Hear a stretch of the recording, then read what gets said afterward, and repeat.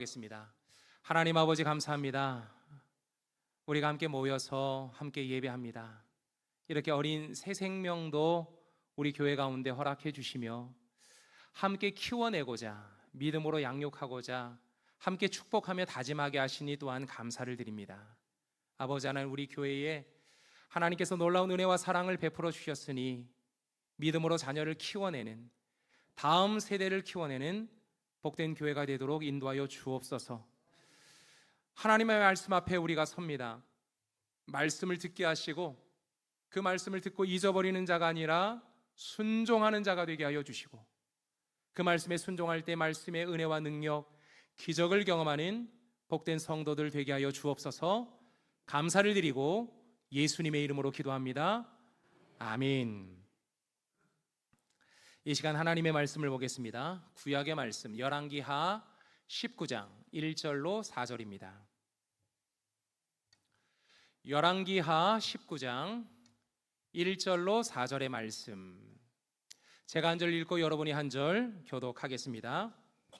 히스기야 왕이 듣고 그 옷을 찢고 굵은 배를 두르고 여호와의 전에 들어가서 왕궁의 책임자인 엘리암김과 서기관 셈나와 제사장 중 장로들에게 굵은 배를 둘러서 아모스의 아들 선지자 이사야에게 보내매, 그들이 이사야에게 이르되 히스기야의 말씀이 오늘은 환난과 징벌과 모욕의 날이라. 아이를 낳을 때가 되었으나 해산할 힘이 없도다. 랍사게가 그의 주 아수르 왕의 보냄을 받고 와서 살아계신 하나님을 비방하였으니 당신의 하나님 여호와께서 혹시 그의 말을 들으셨을지라. 당신의 하나님 여호와께서 그 들으신 말 때문에 꾸짖으실 듯하니 당신은 이 남아있는 자들을 위하여 기도하소서 하더이다 하니라. 아멘. 이것은 주님의 말씀입니다. 히스기야 왕이 남유다를 다스릴 때 아수르라는 나라가 근동 지역에 패권을 쥐고 있었습니다. 그래서 아수르가 주변에 있는 여러 많은 나라들을 점령해 나갔고, 그리고 북이스라엘도 위협하며 결국에는 북이스라엘도 무너뜨렸습니다. 북이스라엘이 무너지자 그 여세를 몰아서 아수르가 남유다로 진격해 들어오는데요, 이 남유다는 이 문제를 해결하기 위해서 그들이 원하는 조공까지 바쳐야 했습니다. 엄청난 양의 금과 은을, 그냥 나라에 있는 모든 금, 모든 은을 다 모아가지고 성전 안에, 왕궁의 금고 안에 있는 모든 금들을 다 빼서, 그리고 성전에 기둥을 입힐 때 사용했던 금까지도 다 벗겨내 가면서 그 금의 수량, 은의 수량을 맞춰서 조공을 바쳤거든요. 그런데 아수르의 사내립이 그것에 만족하지 않고 계속해서 남진에서 내려오더니 예루살렘 성을 포위하는 거예요. 그래서 예루살렘 성 안에 있던 히스기야는 마치 새장 안에 갇힌 새처럼 오고 가도 못하는 그런 지경과 그런 상황에 처해지게 됐습니다. 그에게는 더 이상 외교적인 또 군사적인 협상 카드가 없었어요. 그냥 조공을 주면 다 받고 그냥 사라질 줄 알았는데, 그러지 않으니 더 힘들고 어려운 일을 경험하게 되는 거죠. 예루살렘을 포위하던 아수르가 히스기야와 그의 백성들의 신앙을 조롱합니다. 심리전을 펼치면서 이제 빨리 문을 열고 빨리 우리를 받아들이라고 그렇게까지 협박하며 나가는 거죠. 국가적인 에너지가 바닥난 히스기야는 더 이상 이 문제를 극복할 힘이 자신에겐 없었어요. 아수르가 이렇게까지 조롱합니다. 우리가 말 2,000피를 줄 테니 2,000피를 탈 만한 기병이 있으면 한번 태워서 나와봐라. 그러면 우리가 한번 상대해 주겠다. 그렇게까지 이야기했는데, 그건 그 정도의 군사력도 없었다는 거죠. 그렇다고 이웃나라 애굽도 그를 도와줄 형편이 되지 않았거든요. 국내적으로, 국외적으로 남유다를 구원할 방법이 없었어요. 이런 문제를 만난 이스라엘이, 남유다가 어떻게 이 문제를 해결해 낼 수 있었을까요? 우리도 살아가면서 수많은 일들을 만납니다. 내가 감당할 수 있는 일들은 뭐 감당하며 나가는 거죠. 내 통장 안에 있는 돈을 써가면서, 그리고 내가 그동안 만나왔던 인맥을 이용해 가면서, 때로는 정치적인 힘과 때로는 권력을 이용해서라도 이 문제를 해결하려고 애를 썼던 일들이 우리 가운데 참 많이 있습니다. 하지만 내 힘으로는 감당해낼 수 없는 일을 만나기도 하는 거죠. 모든 것을 다 쏟아부었는데도 전혀 문제가 해결되지 않고, 에너지가 바닥이 나고 또 나를 도와줄 수 있는 사람이 전혀 없는 그런 상황을 우리는 만나기도 합니다. 예를 들어서 잘 나가던 의사가 병원을 개원했는데요, 한창 잘 되는 것 같더니 맘카페에 안 좋은 글이 올라와요. 병원에 대한 서비스에 대한 문제, 의료진에 대한 어떤 그런 실력의 문제, 거기 가서 어떤 진료를 받았는데 부작용이 생겼다, 뭐 이런저런 문제들이 생겨나기 시작하면 뭐 낭패 아닙니까? 그 동네에서 병원이 되겠습니까? 그래서 그것을 수습하기 위해서 사람도 만나보고, 또 때로는 법적인 소송까지 해가면서 또 합의금도 줘가면서 이 문제를 해결해 보려고 했지만 해결이 되지 않는, 그래서 결국 문을 닫아야 하는 그런 상황을 만나기도 합니다. 사업을 시작했는데 전쟁이 터져요. 환율이 올라갑니다. 금리가 인상이 돼요. 감당하기 힘든 대출 이자로 끝이 보이지 않는 자금난을 겪기도 합니다. 그래서 이 문제를 해결하기 위해서 우리가 가지고 있는 뭐 아파트도 팔고 땅도 팔면서 이 빚을 또 이제 갚아가면서 문제를 해결해 보려고 하지만, 결국 내가 가지고 있는 모든 것들을 다 경매로 내놓아야 하는 뭐 그런 상황을 만나기도 하는 거죠. 직장 상사나 거래처에게 인정받기 위해서 내 영혼과 에너지까지 다 쏟아부었는데 상대는 전혀 만족하지 못합니다. 더 많은 것을 내놓으라고 하고, 더 많이 깎으라고 하고, 나의 약점을 이용하면서 더 무리한 요구들을 해가는 그런 일들도 우리는 만나기도 합니다. 갑작스러운 질병, 가족의 위기, 불가항력적인 사고로 우리는 통제할 수 없는, 내가 통제할 수 없는 그런 상황도 만나는 거죠. 이런 상황을 만나면 우리는 어떻게 문제를 해결해야 할까요? 참 난감합니다. 내 수고와 내 모든 노력이 수포로 돌아가고 더 이상 내가 내놓을 카드는 하나도 없고 어떻게 이 문제를 해결해 나가야 할까? 히스기야가 지금 그런 상황을 맞이했는데요, 그는 어떻게 이 문제를 해결해 나갑니까? 자신이 가지고 있는 모든 카드를 다 써본 뒤에 더 이상 나는 내가 쓸 카드가 없고 내가 사용할 수 있는 방법이 없다라고 할 때, 그는 먼저 자신의 무능함을 인정하고 하나님 앞에 나아갑니다. 자, 1절의 말씀을 다시 한번 볼까요? 1절은 이렇게 말씀하고 있습니다. 히스기야 왕이 듣고 그 옷을 찢고 굵은 배를 두르고 여호와의 전에 들어가서. 옷을 찢었다는 게 무슨 말입니까? 내가 그동안 입어왔던 나의 화려한 옷, 내가 뭐 왕으로서의 얼마나 멋지고 좋은 옷을 입었겠습니까? 그 옷을 찢어버렸다는 거예요. 그리고 그 옷 자체는 왕의 권위를 상징하기도 하고 왕의 능력을 상징하기도 하는 거죠. 그 옷을 찢어버린 거예요. 그리고 굵은 베옷을 입습니다. 자신이 할 수 있는 것은 더 이상 아무것도 없다, 그것을 보여주는 상징 언어가 베옷이거든요. 우리의 집안에 장례가 나면 우리는 상복을 입습니다. 근데 예전에는 다 베옷을 입지 않았습니까? 삼베옷을 입고 그 집안이 이제 장례가 났다는 것을 보여주잖아요. 그러면서 그 옷을 입으면서 지금 우리 가정은 가장 큰 슬픔을 당했습니다, 이 죽음의 문제 앞에 우리는 이 문제를 해결할 능력은 아무것도 없어서 우리는 깊은 절망에 빠져 있습니다. 그것을 보여주는 것이 상복 아닙니까? 지금 히스기야가 그 상복을 입고 있는 거예요. 베옷을 입고 그가 어디로 향합니까? 여호와의 성전으로 향합니다. 하나님 앞에 나아가는 거죠. 하나님 앞에 나아가면서 자신의 문제를 하나님 앞에 내려놓습니다. 천부여 의지없어서 손들고 갑니다.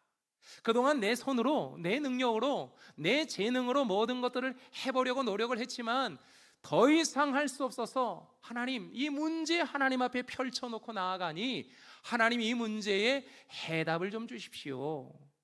그 마음으로 지금 히스기야가 하나님 앞에 나아가는 거예요. 그것이 14절로 19절의 말씀에 언급이 되어져 있는데 제가 한번 읽어봅니다. 히스기야가 사자의 손에서 편지를 받고 여호와의 성전에 올라가서 히스기야가 그 편지를 여호와 앞에 펴놓고 그 앞에서 히스기야가 기도하여 이르되, 이 편지라는 것은 자신의 문제를 말합니다. 아수르 왕이 보냈던 협박의 편지를 말합니다. 그 편지를 하나님 앞에 펼쳐놓는 거죠. 그룹들 위에 계신 이스라엘의 하나님 여호와여, 주는 천하 만국의 홀로 하나님이시라. 주께서 천지를 만드셨나이다.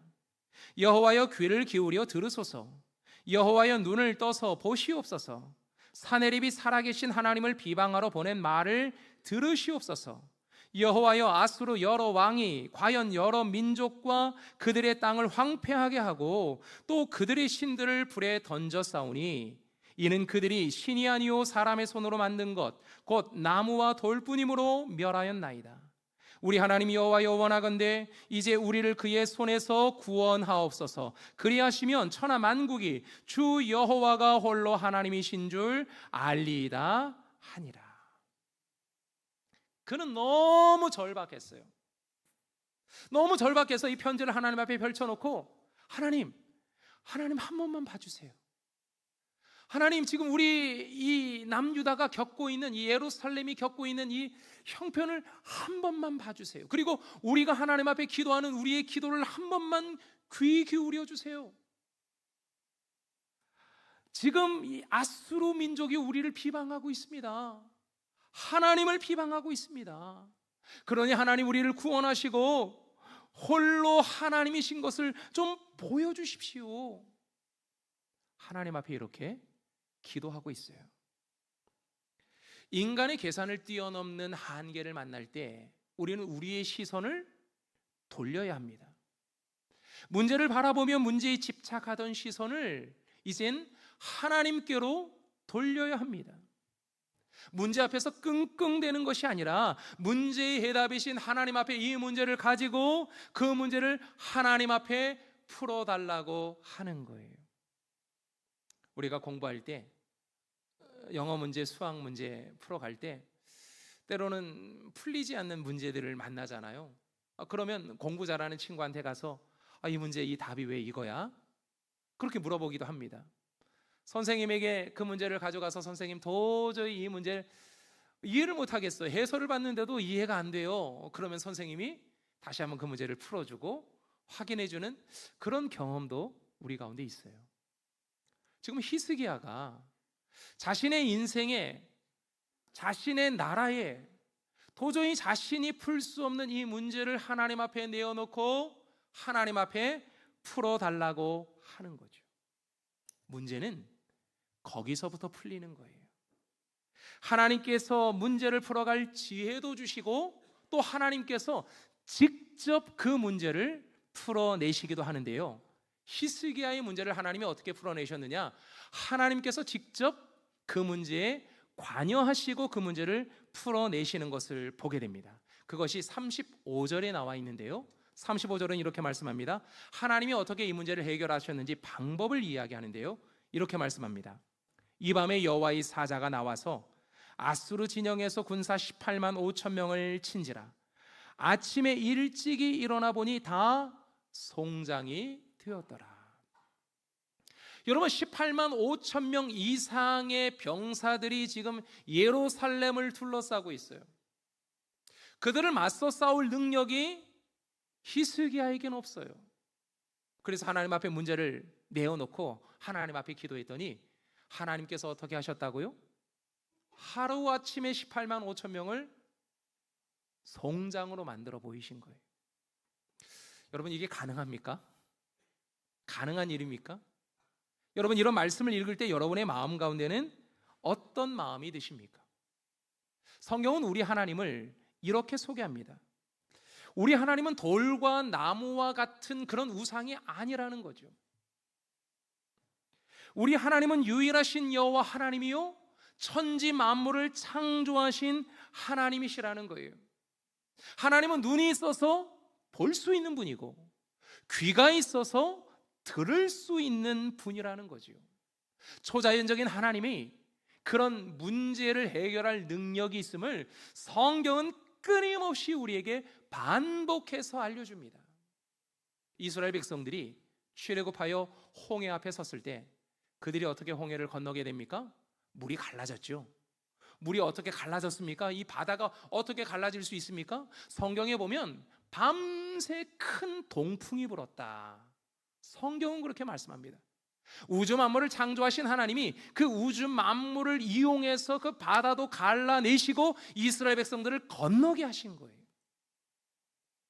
이스라엘 백성들이 광야 중에 배가 고팠거든요. 배가 고파서 먹을 걸 좀 달라, 특별히 고기 좀 먹고 싶다, 이렇게 요구를 했을 때 하나님이 또 어떤 방법을 사용하십니까? 이 메추라기라는 이 철새를 이용하십니다. 메추라기는 철새 이동 경로가 있지 않습니까? 한 지역에서 한 지역으로 쭉 날아서 철을 따라 이게 옮기는 그런 새인데, 그때 하나님이 성경에 보면 바람이 불게 하셔서 그들을 이스라엘 백성들이 있는 곳까지 몰아오셨다. 성경은 그렇게 말씀하고 있어요. 이스라엘 백성들이 광야에서 먹을 물이 없어서 정말 갈증으로 고통받고 있을 때 하나님은 반석을 깨서 그 속에서 샘물이 터져 나오게 하시고 그 물을 먹고 광야를 버티며 견디게 하신 거예요.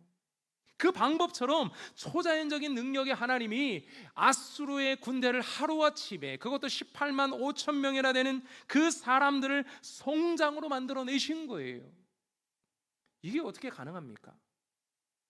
성경은 그들이 하루아침에 전염병에 돌아서, 장염이 생겨서, 먹는 거 잘못 먹어 식중독이 생겨서 그렇게 해서 그 사람들이 다 죽었다, 그런 설명은 하지 않습니다. 아니면 자연재해가 일어나서 갑자기 그 모든 사람들이 죽을 수밖에 없는 환경이 조성되어서 그들이 죽었다, 그렇게 말하지도 않습니다. 성경이 말하는 것은 하나님은 능력의 하나님이라는 거예요. 권능의 하나님이라는 거죠. 우리가 감당할 수 없는 그 문제를 하나님 손에 들려지면 하나님은 자연 만물을 이용해서라도 하나님은 그 문제를 해결해 내시는 분이라는 거예요. 하나님이 그런 능력이 있다면 하나님은 또한 순리적인 방법으로도 그 문제를 해결하실 수 있는 분이 아닐까요? 우리는 보통 여러 많은 문제들을 보면 항상 이렇게 얘기합니다. 순리적으로, 그냥 순리적으로 해결되는 게 좋은 방법이야. 아마 이렇게 이야기하는 경우들도 많이 있습니다.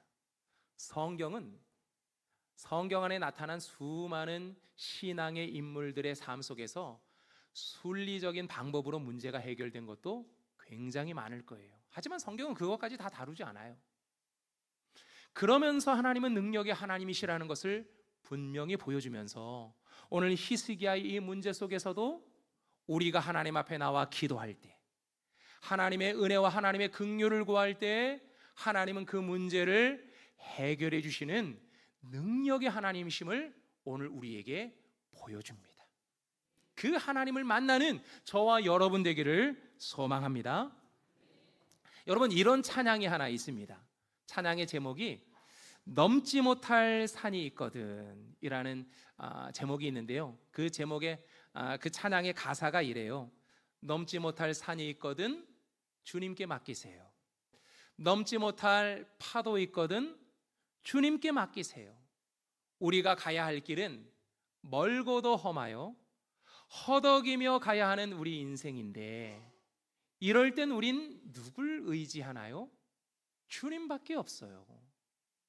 나는 그 길을 갈 수 없지만 주님이 대신 가요. 아마도 이 찬양을 아시는 분들은 아실 텐데요, 제가 어렸을 때부터 나왔던 찬양이에요. 굉장히 오래된 찬양인데 우리 한번 찬양의 반주를 들어보면서 우리 한번 부르실 수 있는 분들은 함께 불러보면 좋을 것 같습니다. 건반 올려주세요.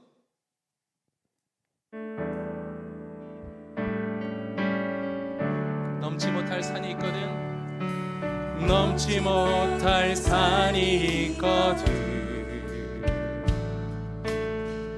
주님께 맡기세요.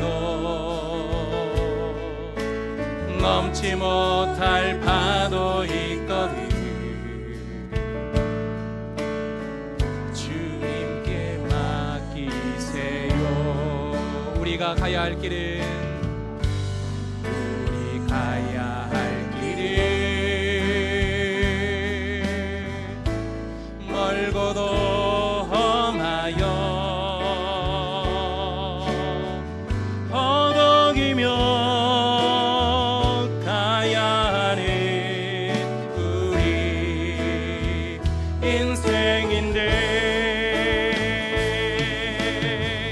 이럴 땐 우린 누굴 의지하나요? 주님밖에 없어요. 나는 그 길 갈 수 없지만 주님이 대신가. 한 번 더 찬양할까요? 넘지 못할 산이 있거든 넘지 못할 산이 있거든 주님께 맡기세요. 넘지 못할 파도 있거든 주님께 맡기세요. 우리 가야 할 길은 멀고도 험하여 허덕이며 가야 하는 우리 인생인데 이럴 때 우린 누굴 의지하나요? 주님밖에 없어요. 나는 그 길 갈 수 없지만 주님이 대신 가요. 할렐루야. 여러분, 넘지 못할 산이 우리 가운데 얼마나 많이 있습니까? 우리 인생에 가정의 문제, 일터의 문제, 또 사람과의 관계의 문제, 그 모든 문제들 얼마나 많이 있습니까? 그 문제들 주님께 맡기시라 주님이 말씀하고 있습니다. 우리가 가야 할 길이 멀고도 험해서 아직은 끝이 보이지 않아서 허덕이며 가야 하는 우리의 인생이지만 여전히 힘들어요. 좌절되고 낙심되고 슬프고 힘들고 지치고 뭐 그럴 때가 한두 번이 아니에요. 하지만 우리가 계속 걸어가야 하는 그 길 아닙니까? 이럴 때 우리 누굴 의지합니까? 주님밖에 없어요. 하나님밖에 없다는 거죠. 왜요? 하나님께서 우리 인생의 모든 것을 창조해 내신 분 아닙니까? 우주 만물을 창조하시고 내 삶의 모든 것들을 다 아시는 분이에요. 히스기야처럼 우리가 우리의 노력을 다 해보고 우리를 도와줄 누군가를 찾아서 헤매고 있지만 그러나 결국 우리는 주님밖에 없다는 것을 알게 됩니다. 그래서 우리는 모든 문제를 다 싸들고 주님 앞에 나아가는 거예요. 주님께 내 모든 문제를 맡기는 거죠. 그러면 주님이 감당할 만한 지혜도 주시고 피해갈 길도 주시고 때로는 기적적인 방법으로 그 문제도 하나님은 해결해 주시는 거예요. 여러분의 인생의 문제를 하나님 앞에 맡기시길 바랍니다. 기도의 자리에서 기도의 시간으로 하나님을 만나시길 바랍니다. 하나님께서 여러분의 인생을 붙잡아 주실 줄로 믿습니다. 자, 그런데 히스기야가 이 문제를 풀어나가는 과정을 보면 오늘 본문 속에 또 다른 특별한 것이 한 가지가 더 있는데요. 19절 1절로 4절의 말씀을 다시 한번 보시면 히스기야가 어떻게 이 문제를 풀어나가는지의 또 다른 방법이 하나가 또 등장하게 됩니다. 제가 한번 읽어볼게요. 히스기야 왕이 듣고 그 옷을 찢고 굵은 배를 두르고 여호와의 전에 들어가서, 우리는 지금 1절의 말씀을 지금까지 보았거든요. 그런데 2절 9절부터 이하의 말씀에 보면 왕궁의 책임자인 엘리야김과 서기관 셈나와 제사장 중 장로들에게 굵은 배를 돌려서 아모스의 아들 선지자 이사야에게로 보내매 그들이 이사야에게 이르되 히스기야의 말씀이 오늘 환난과 징벌과 모욕의 날이라 아이를 낳을 때가 되었으나 해산할 힘이 없도다. 랍사게가 그의 주 아수르 왕의 보냄을 받고 와서 살아계신 하나님을 비방하였으니 당신의 하나님 여호와께서 혹시 그의 말을 들으셨을지라. 당신의 하나님 여호와께서 그 들으신 말 때문에 꾸짖으실 듯하니 당신은 이 남아있는 자를 위하여 기도하소서 하더이다. 히스기야가 자신의 문제를 가지고 하나님 앞에 나아가 기도하고 그리고 그가 취한 행동이 뭡니까? 영적인 지도자에게 자신의 문제를 맡기는 거예요. 영적인 지도자와 함께 했다는 거죠. 영적인 지도자를 그만큼 신뢰했다는 뜻 아닙니까? 그리고 자신의 능력이 더 이상 할 수 없어서 이제는 하나님밖에 도우실 수 없다, 하나님만이 내 인생을 도울 수 있다는 그 절실함이 영적인 지도자를 찾게 한 거예요. 그리고 그에게 기도를 부탁하게 됩니다. 역대하 20장에 보면 여호사밧 왕 때에 모압과 암몬이 이스라엘을 쳐들어옵니다. 그때 정말 절박하고 힘들었어요. 그래서 온 백성들이 하나님 앞에 나와 기도하고 있는데 하나님께서 야하시엘 선지자를 통해서 하나님께서 말씀하시는데 이 전쟁은 하나님께 속한 것이다. 그러니 이 전쟁을 하나님께 맡겨라. 그런 말씀을 주세요. 이 말씀을 듣고 나서 여호수아가 백성에게 말하기를 이렇게 말합니다. 너희는 여호와를 신뢰하라. 너희는 선지자를 신뢰하라. 무슨 말입니까? 이 전쟁은 여호와께 속한 것이니 여호와께 맡기라 말씀하시는 주님의 말씀을 듣고 우리는 여호와 하나님을 신뢰합니다 라고 고백한 거죠. 그리고 더 나아가서 이 말씀을 전달한 선지자의 말에 신뢰합니다. 그렇게 응답을 한 거예요. 영적인 지도자의 말을 신뢰할 때 하나님께서 이스라엘과 함께 하셨고 그 모든 문제를 해결해 주셨어요. 지금 히스기야에게도 그와 같이 하나님이 동일하게 말씀하시는데요, 오늘 보면 6절로 7절의 말씀은 이렇게 말씀합니다. 이사야가 그들에게 이르되 너희는 너희 주에게 이렇게 말하라. 여호와의 말씀이 너는 아수르 왕의 신복에게 들은 바 나를 모욕하는 말 때문에 두려워하지 말라. 내가 한 영을 그의 속에 두어 그로 소문을 듣고 그의 본국으로 돌아가게 하고 또 그의 본국에서 그에게 칼에 죽게 하리라 하셨느니라. 자신의 문제를 이사야에게 부탁해서 이사야가 이 문제를 하나님 앞에 기도할 때 하나님이 응답을 주십니다. 어떤 응답을 주십니까? 아수르는 물러갈 거야. 그러니 두려워하지 말아라. 그리고 이 전쟁을 주도했던 사네립 고향 땅에 돌아가면 거기서 죽게 될 거야. 하나님이 거기까지 예언해 주셨어요. 그 말씀의 응답이 36절로 37절에 정확하게 언급이 되는데요, 이렇게 나옵니다. 아수르 왕 사네립이 떠나 돌아가서 니느웨에 거주하더니, 포위를 풀고 돌아간 거죠. 그가 그의 신 니스록의 신전에서 경배할 때에 아드람멜렉과 사레셀이 그를 칼로 죽이고 아라랏 땅으로 그들이 도망하매 그의 아들 에살핫돈이 대신하여 왕이 되니라.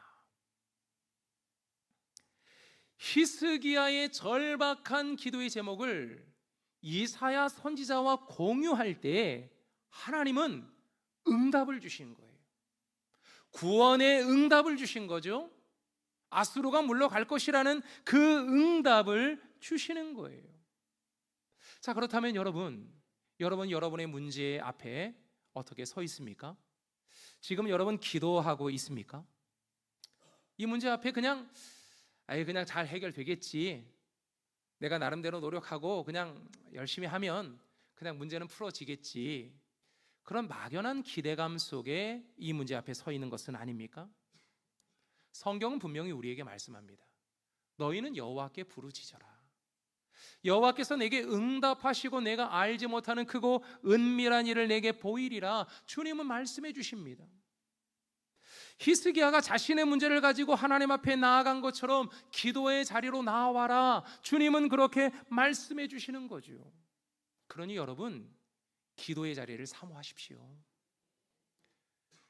그리스도인들은 기도하는 사람들이에요. 우리 많은 신앙의 선배들은 신앙을 지켜내고 신앙을 어떻게 이어왔느냐? 하나님을 예배하면서 기도하면서 그들의 신앙을 지켜냈습니다. 그러니 여러분, 주일은 이렇게 다 같이 모여서 예배하는 날 아닙니까? 그런데 여러분이 기도하는 날을 하루를 정해야 돼요. 한국교회는 대대로 금요일을 기도하는 날로 삼았어요. 이 금요일 날 다 같이 금요 예배 모여서 기도하는 날을 삼아서 기도한 거죠. 이렇게 기도하면 기도가 습관이 되게 해야 합니다. 그래서 우리의 삶에 날마다 기도가 넘쳐나야 되는 거예요. 그리고 여러분 곁에 다른 사람을 곁에 두지 말고 기도하는 사람을 늘 곁에 두십시오. 나를 위해서 함께 기도할 사람을 늘 곁에 두시길 바랍니다. 정보가 있어야 자녀도 키우고, 정보가 있어야 땅도 사고, 정보가 있어야 투자도 하고, 그래서 이런 사람 저런 사람 여러분 많이 찾아다니지 않습니까? 좋아요, 괜찮아요. 그렇게 정보 많은 사람을 여러분 곁에 두시면 좋은 정보 많이 도움이 되겠죠. 그런데 그 무엇보다도 기도하는 사람을 곁에 두셔야 돼요. 그리고 함께 기도하셔야 됩니다. 여러분의 삶의 문제를 함께 공유할 수 있는 사람을 곁에 두셔야 돼요.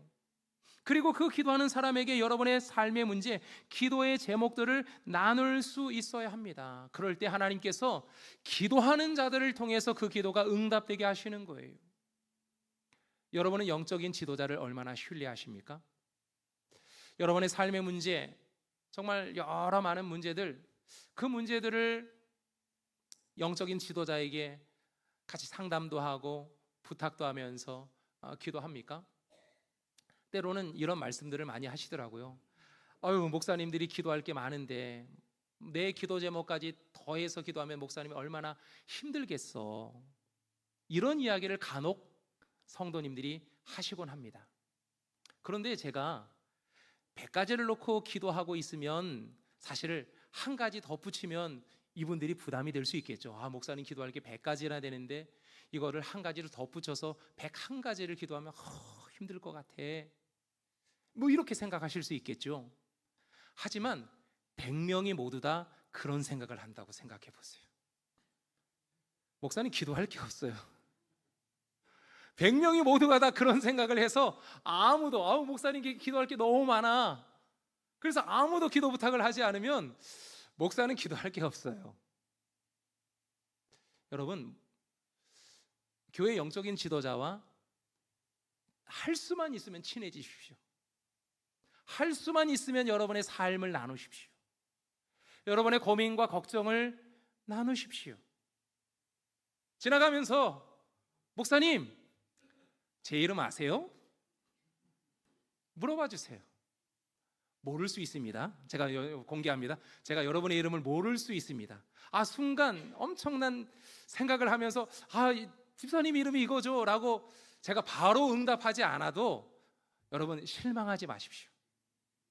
그럴 땐 여러분이 센스 있게 저 이구현 집사예요 이렇게 덧붙여 주시는 거예요. 그럼 제가 또 능청스럽게 그럼 알죠. 집사님이 제가 모를까 봐 잘 알죠. 이렇게 제가 응답을 할 거예요.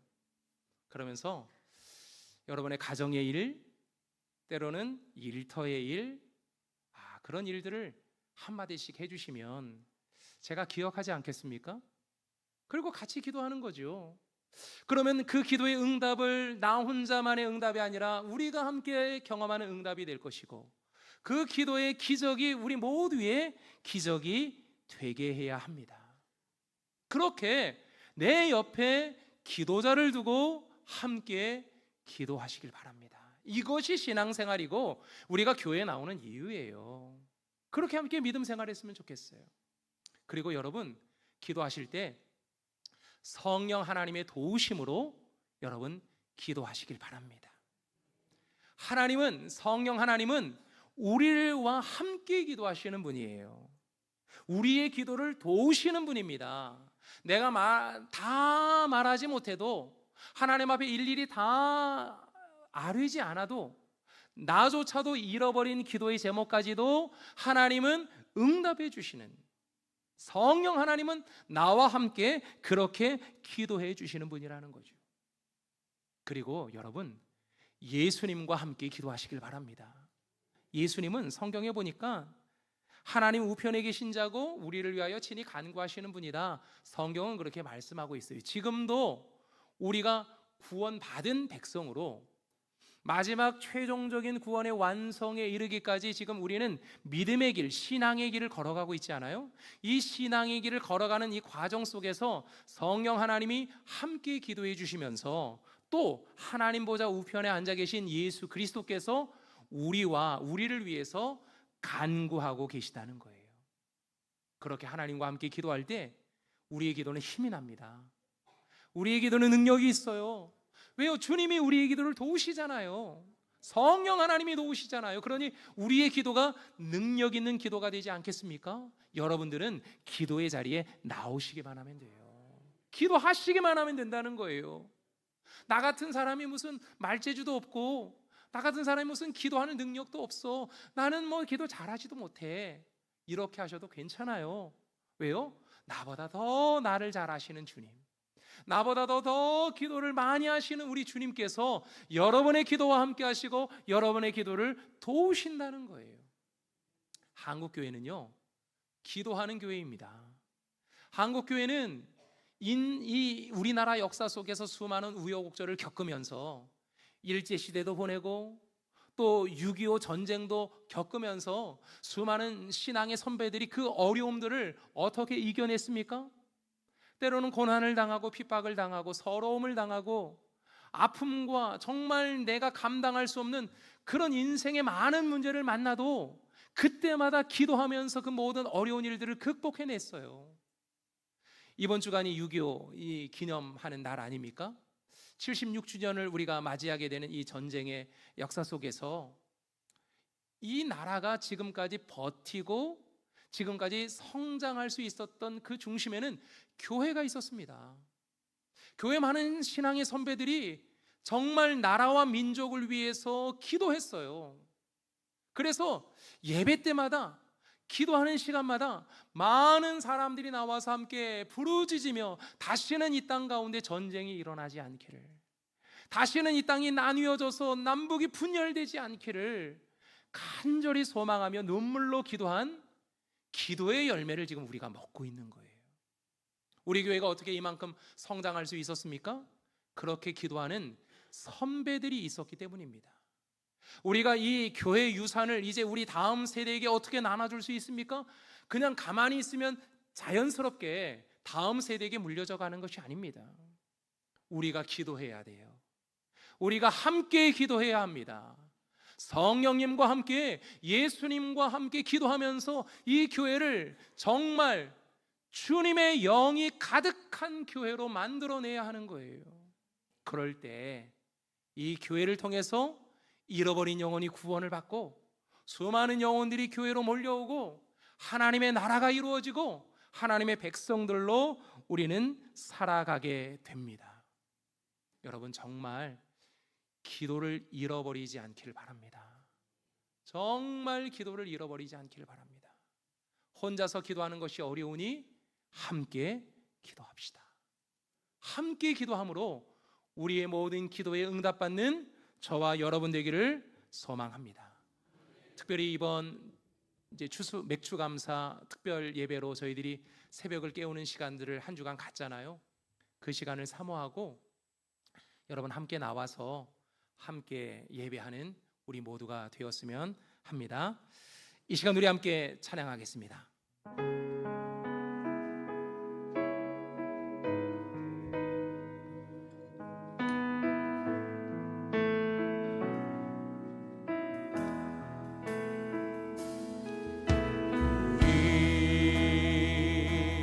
함께 기도해 주 앞에 나와 무릎 꿇고 긍휼 베푸시는 주 하늘을 향해 두 손 들고 하늘 문이 열리고 은혜의 빛줄이 이 땅 가득 내리도록 마침내 주 오셔서 의의 빛줄이 우리 위에 부시도록 함께 찬양합니다. 우리 함께 기도해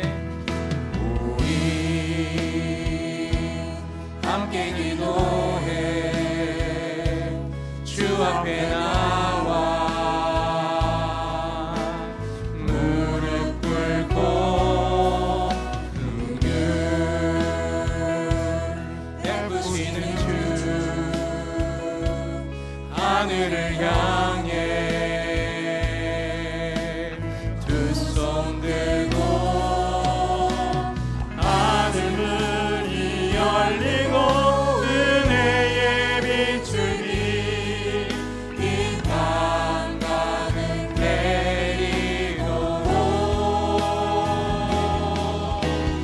마침내 주 오셔서 의의 빛줄이 우리 위에 부시도록 여러분 이 시간 우리 함께 기도하기를 원합니다. 하나님은 오늘 여러분을 기도의 자리로 초청하십니다. 여러분의 가정의 문제, 삶의 문제를 주님 앞에 맡기며 기도하기를 원하십니다. 이 시간 하나님 앞에 맡기며 우리 함께 기도합시다. 그리고 여러분 우리가 누군가의 중보자가 되어 줍시다. 지금 우리 옆에는 삶이 힘들고 고난스러워서 정말 힘겹게 살아가고 있는 우리의 이웃들이 있습니다. 하나님 그들을 함께 위로하며 함께 중보하오니 여러분이 지금 생각나는 그들을 위해서 여러분 기도해 주시길 바라고, 또한 특별히 이 한 주간 동안 우리가 또 선교 운동 주간을 삼고 있지 않습니까? 선교사님들을 위해서 여러분 기도해 주십시오. 선교사님들 가운데 하나님의 은혜와 돌보심이 있도록 기도해 주시길 바랍니다. 또 하나는 여러분 나라와 민족을 위해서 기도해 주십시오. 이 나라가 다시는 전쟁이 없도록, 분열된 이 나라가 평화 통일, 복음 통일을 이루는 이 땅이 대한민국이 되도록 인도하여 주시옵소서. 이 시간 함께 이 세 가지의 기도의 제목으로 우리 함께 기도하겠습니다. 하나님 아버지, 우리가 주님의 은혜와 주님의 긍휼을 구하며 함께 기도하며 나갑니다. 아버지, 우리의 삶의 문제, 우리의 인생의 문제 하나님 앞에 온전히 맡겨드리며 우리가 기도하며 나갑니다. 하나님 아버지, 우리의 인생의 문제를 하나님 앞에 내어놓고 주님께서 응답해 주시기를, 주님께서 구워 살펴주시기를, 주님께서 들으시기를 소망하며 이 시간 기도하는 이들을 아버지 하나님 기억하여 주셔서 그들의 기도에 응답받는 은혜가 있게 하여 주옵소서. 사업에 어려움이 있습니다. 직장생활에 어려움이 있습니다. 건강에 어려움이 있습니다. 관계에 어려움이 있습니다. 내 삶에 여러 가지 많은 문제의 어려움들이 있습니다. 그 모든 것들을 주님 앞에 맡겨드리며 나아갑니다. 아버지 하나님 함께하여 주시고 그 신권능으로 인도하여 주시옵소서.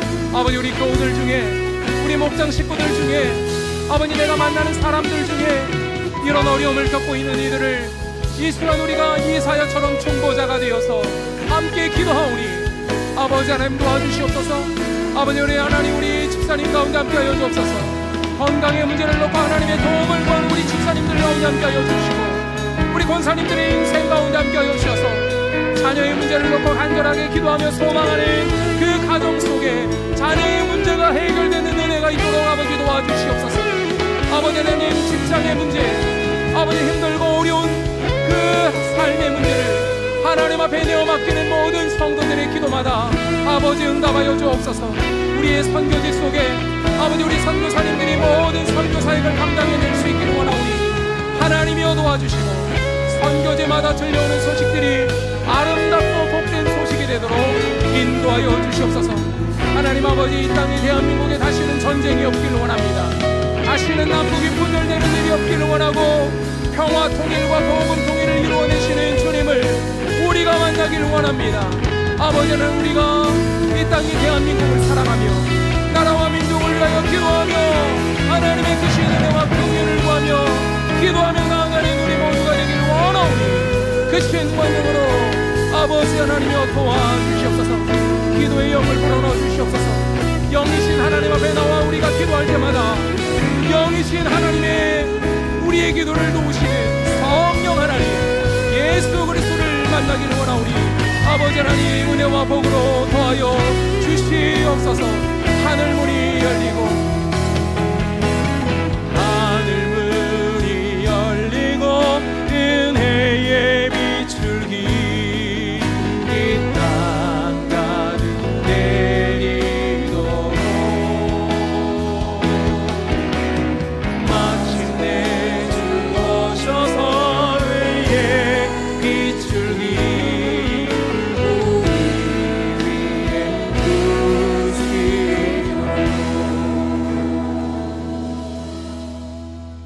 위에 예수 그리스도의 이름으로 기도합니다. 아멘.